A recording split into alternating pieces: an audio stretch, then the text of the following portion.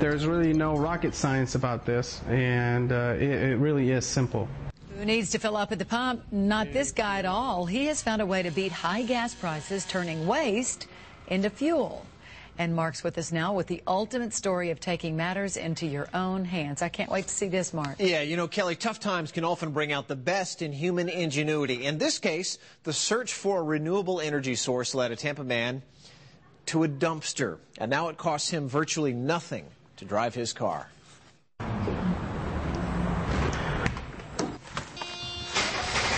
Mercedes-Benz, a well-known symbol of fine driving.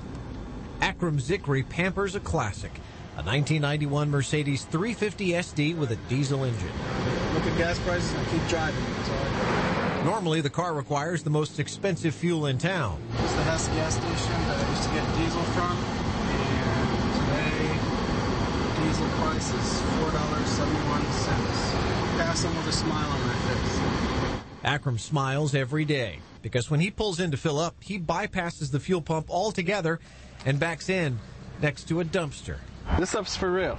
A big, smelly, dirty dumpster filled with used frying oil, grease, waste left over from making these crispy treats fuels Akram's ride. For a car like this, it'll literally take close to $125 worth of fuel, and getting the fuel for free is the way to go. Frustrated by soaring diesel fuel prices, Akram used his knowledge of cars and chemistry to invent a portable pump and filter system. It resembles a swimming pool filter to a great extent. This is a regular water filter that you would mount underneath your sink, and it'll filter water the same way.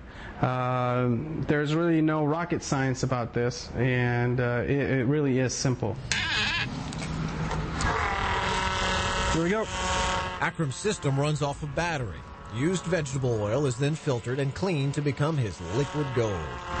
See the oil flowing through? It's actually flowing pretty fast. Filling up, and it's going to fill up my car. Akram spent about 60 to 70 hours researching the internet and making prototypes until he finally got something that worked. When I work the numbers, all it's costing me is $3 worth of filters for a 55-gallon drum. So we're looking at $10 to run 1,500 miles. Under the hood, the engine remains the same. The only change is minor, replacing the regular fuel filter with stainless steel. The diesel engine, when it was originally made, it was made to run on vegetable oil. So taking it back to what it was originally meant for is not a problem. Recycling vegetable oil for fuel is also better for the car and the environment. It burns a lot cleaner, less stink of exhaust. So the car is actually running at a lower temperature, so it's less wear and tear on the vehicle. Akram also stores a reserve in his garage for quick filtering and fill-up.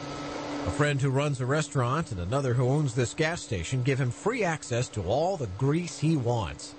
Who would ever believe that air would cost more than filling up at the gas station? It's not the silver bullet for all these problems with fuel. However, it does lessen the demand on that compared to paying $125 at the gas pump. It was a no-brainer. How about that? Akram says he didn't find an answer himself to lower his own fuel costs. If he didn't, he'd have to moonlight for another job. He spends just a couple hours a week tinkering on his car and gathering his used veg oil, and you see the end result. The thing is, he'd also like to help others do what he did, so that's why we're all in luck here. You can find a way to access him and link up with him by email by going to myfoxtampabay.com. We've got it on our webpage right there in the Seen on TV section.